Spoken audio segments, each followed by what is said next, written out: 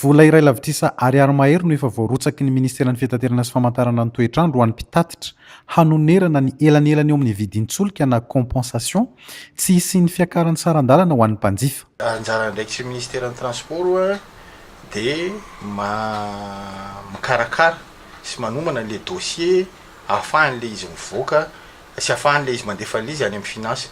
Ny tokony hivoaka androany dia le 1 milliard 865 millions d'ariary dia transféré any amin'ny ATT izy dia afaka manao le paiement les compensation ny ATT.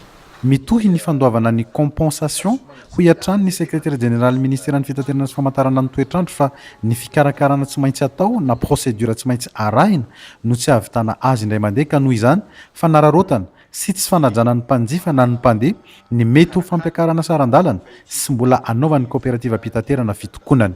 Fa inona tokoa moa ny hoe compensation? Rehefa miakatra ny vidin'ny solika dia mba evitena ny vidin'ny solika miakatra iny misy le hoe fiakaran'ny frais zany rehefa avy eo dia raisin'ny fanjakana an-tanana le surplus le vidin'ny solika iny zany. Dia iny le surplus ny vidina solika iny zay le hoe atao hoe compensation. Zany hoe na misy ny fiakaran'ny vidin'ny solika ka raha mampiakatra frais zareo ny transporteur zany dia tsy tokony azo an'le compensation ntsony. Ary misy amin'ireo le coopérative ireo nampiakatra ny frais zareo ny ligne suburbaine anankiray izay sa anankiroa dia ny endreny zao efa tsy tafiditra anatin'le mahazo compensation, efa izay mihitsy ny efa fanarahana.